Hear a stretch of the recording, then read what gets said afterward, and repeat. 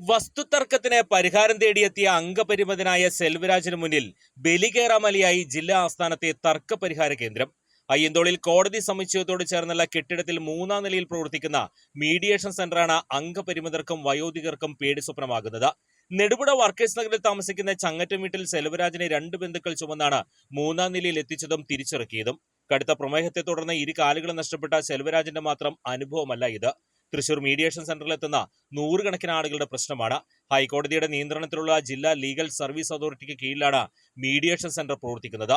ബഹുനില കെട്ടിടത്തിൽ ലിഫ്റ്റ് സംവിധാനം ഏർപ്പെടുത്തണമെന്നത് കാലങ്ങളായുള്ള ആവശ്യമാണ്. നിർമ്മാണ ചുമതല സംബന്ധിച്ച് ലീഗൽ അതോറിറ്റിക്കും പൊതുമരാമത്ത് വകുപ്പും തമ്മിലുള്ള തർക്കമാണ് ലിഫ്റ്റ് വരാത്തതിന്റെ കാരണം. ഇതിന്റെ ഫലം അനുഭവിക്കുന്നതോ പലവിധ തർക്ക പരിഹാരങ്ങൾക്കെത്തുന്ന ഭിന്നശേഷിക്കാരും പ്രായമായവർ ഉൾപ്പെടെയുള്ള ആളുകളുമാണ്.